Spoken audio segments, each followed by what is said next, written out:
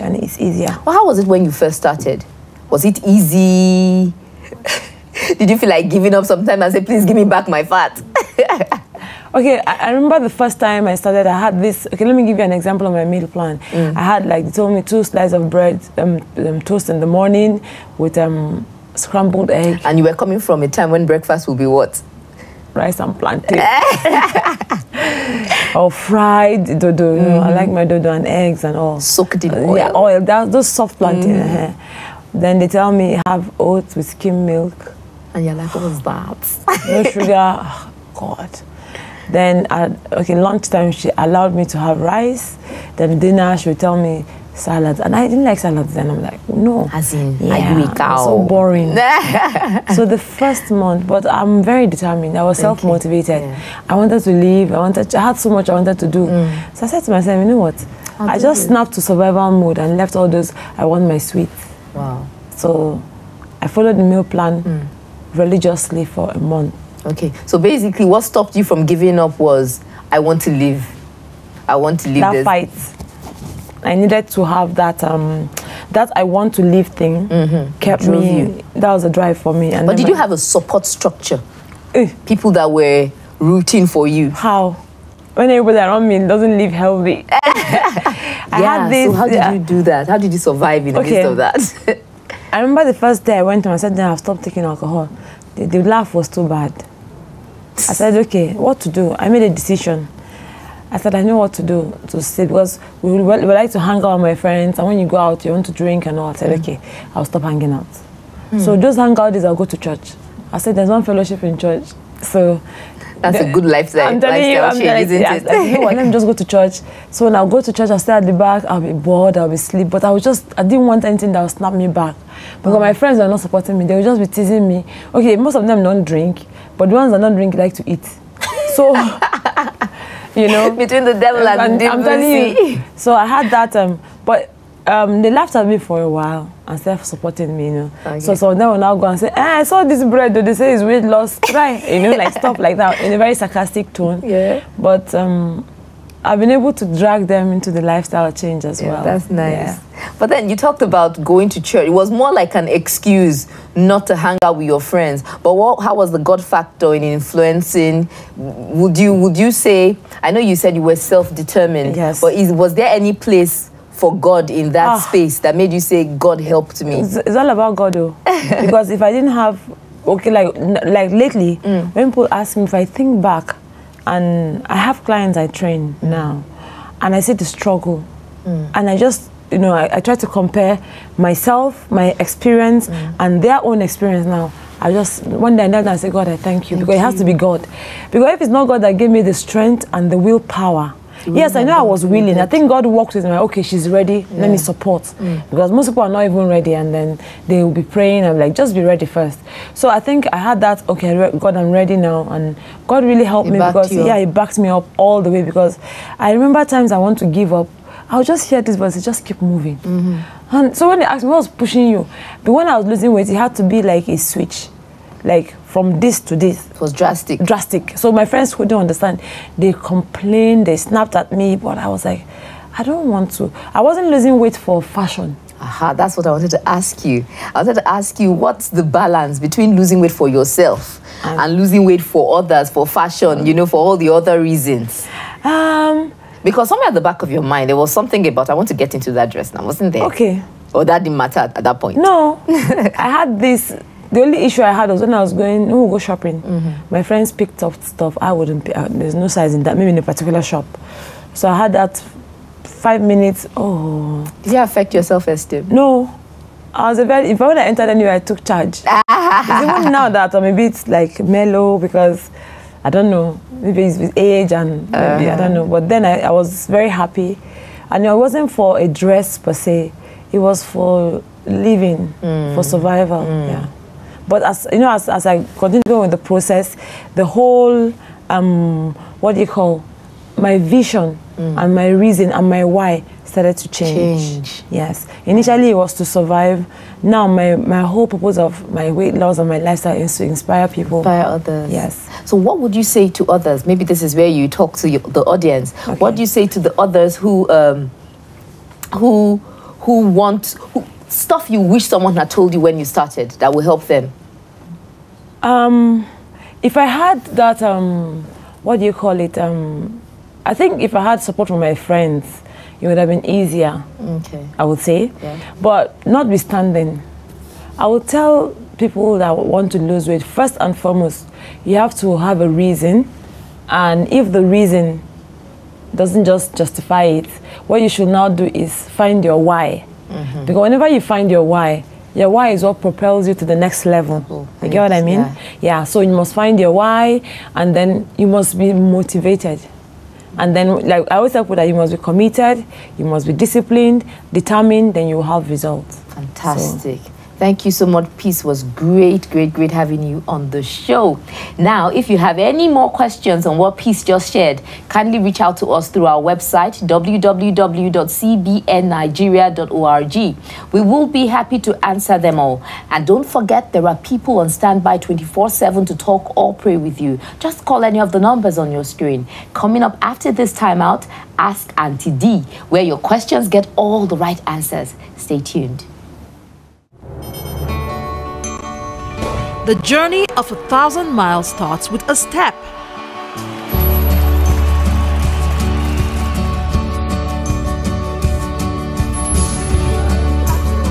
Enjoy every moment.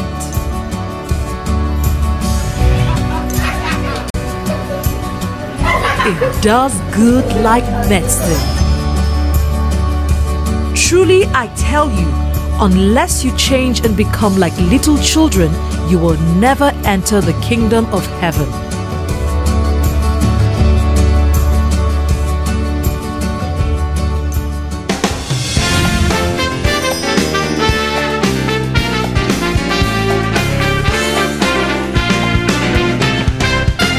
So here we are, it's another episode of Living the Life with Auntie D and Counsel, and this week's episode is about weight gain, or the weight gain or the weight loss trend, depending on what side of the divide you're on. I've grown up with all kinds of issues about weight because of my smallie size. Skinny, smallie, small girl. Eventually I realized I don't need to be anything but my size because I'm purpose built for what I've been called to do, like sit in front of this camera and talk to you about your issues. You understand? You got to see me looking like this, not bodacious Auntie D, but just, kind of packaged in there, all in there, Auntie D. The truth simply is this: whatever your size is, you got to work it so that it's a health statement, not what people think or say about you, but what your BM, body mass index, says is healthy for you. Once you got it healthy, you got it right on tote where it needs to be. So let's take some of your questions on this whole weight loss trend issue, and let's untrend some things. AKI. My husband keeps telling me to lose weight, and it's affecting my self-esteem. It is so hard to feel beautiful. How do I please him without letting my weight define me? Pastor, my husband will say, this is the challenge when you marry a boy and not a man. If you're a husband out there, you know what you married. Even though she may have put on some things over the years, please learn to embrace what you have with love. Having said that, however, feeling beautiful, especially when the challenge is coming from your husband about the way you look, it's something you're going to have to take on like a battle. The battle is lost. What I mean is that this is something you have to understand. Your beauty is going to have to come from within you. Work on what you can work on. But as you begin to put more value to yourself, and do not lose your place of courage to confidently project who you are in spite of what your weight defines on the scales, you will find that your husband comes to respect and reflect that in his statements and the way he embraces you. Packaging is very important. I look at people who are big and beautiful. I call them bold and beautiful. They package in a way in which on the heels, with the arrangement of the clothes, the colors, the hairdo, they get it right. If you are big, sized, like a full-bodied African woman, hold in your hair. Put the makeup on, or don't let it shout. Put on, black is the one for colors that are demure, that hold you, but then use something to pop somewhere. Put your heels on. Looking flat makes you look fat. Having said that, AKI, keep beautiful in you. And then there's anonymous. Anonymous questions always make me look again. Some people say I'm fat. Others say my weight is fine. How do I determine what the standard is? Is the fashion model? Is it the fashion models or the movie stars? Anonymous, you already know that fashion models or movie stars are simply not your standard. You are who you are by how you define your style and your own fashion statement as distinctive. You determine what the standard is by becoming the standard you are in your community and where you go out. How much time, when I say time, not wasting of time, but how much time do you really take into looking like you need to look? You say some people say I'm fat, others say my weight is fine. What do you say? Look fine, girl, and understand you're fine and define it. Anyone can say anything. I have people who look at me and say, is there a problem? Because they think I'm looking too thin. There's no problem. I just don't have all my makeup on. Or maybe I'm tired. Or you know something. I know there's no problem. So make sure that whatever you do, you translate how you look into not a problem. But just, there are some days you simply don't look also fly. But whatever you're doing, make sure that what is in you is always flying. Your weight should not define you. Here is one that looks like me, RS. I am really slim. Slimmy Lolai. And some of the people around me call me thin.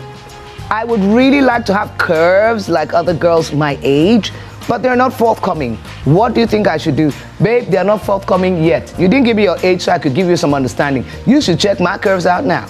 But I had to wait to grow along the line to get there. Having babies, eat a little more food. My husband teases me now. He says, when I met you, Dio, I could hold your waist between my thumb and my finger. And you know, like, well, the fact of the matter is I can't do that now. I said, well, I can't do that now because you made me a mommy drop 4. All right? So what I do, I package my market. I package this waist like a marketability something. You understand? Simply put, for those who don't understand, make sure that your girdle is in place. One of the laziest, worst things I've seen us African girls do, especially in Nigeria, check you out with all your chick and then you don't hold your tummy. What you doing moving your tummy around like that? No wonder they call you fat. Put your flab in, package your market, find something and don't go to some expensive place to go buy yourself a girdle. Bend down boutique, yes, go right there. You will get something that fits and holds you in. Not too much. I'm not asking you to do those things that make you look like questionable, question mark. Oh, the other day, let me make you laugh. Someone looked at me and thought I was packaged somewhere. I don't package anywhere else, I just package the waist. But if you need to package somewhere else, go ahead and do your packaging. We're all in God's hands, created by the Master.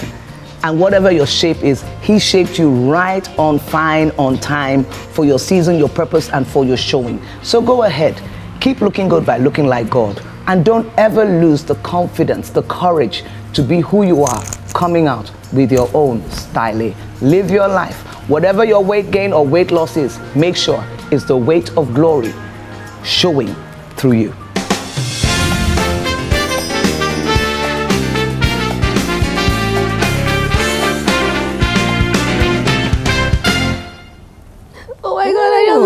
In fact, she was making a lot of sense. You know, yes. There's so much humor about package your market.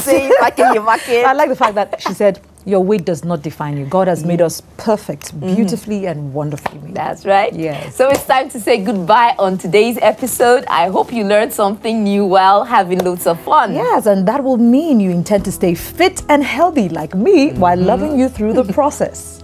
And remember, you are beautiful because God says so. Much love.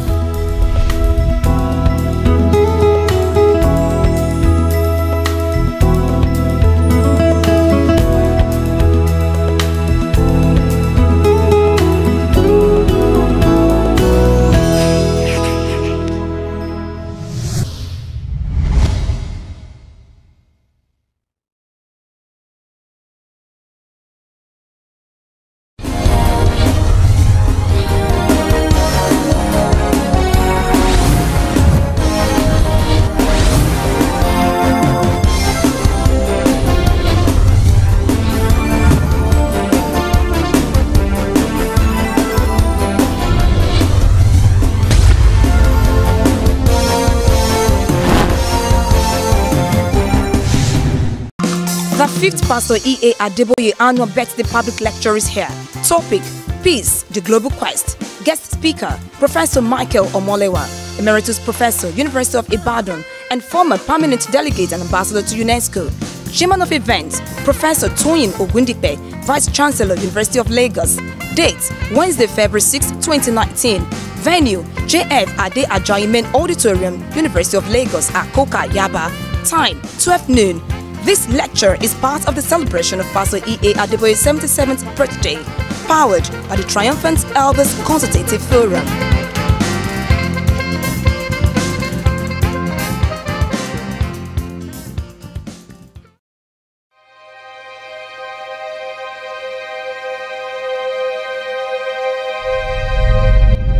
In His power, honor, and majesty, He came down into this world of darkness and made us lights. Now is the time for all nations to rise and worship Jesus, our light, who made us the light of the world.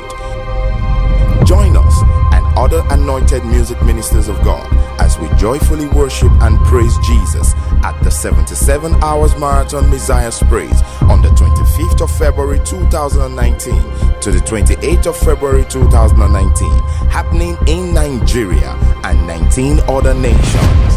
Get ready.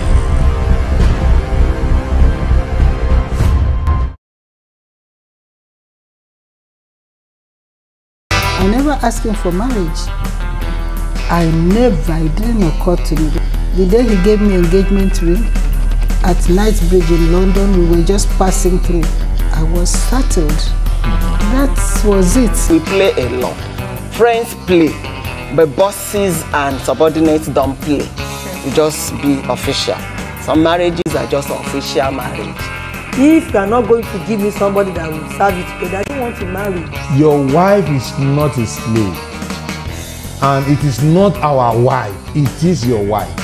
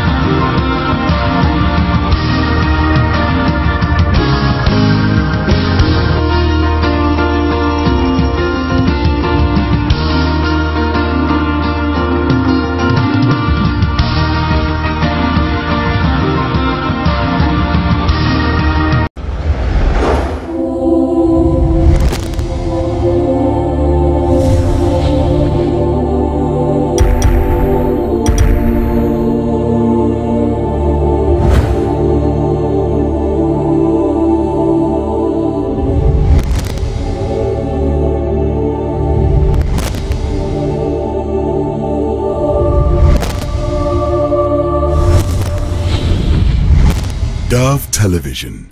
We are redeemed. Be redeemed. 4, 3, 2, 1. Somebody scream to Jesus. How many of you know that the kingdom of God has come to stay? If you know it, come on, clap your hands together for Jesus. Come on. Yeah.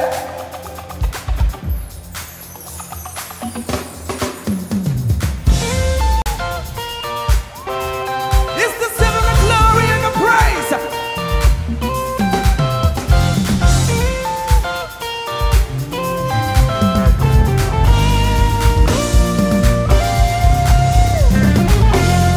Dominion, splendor, and power be unto you now and forever.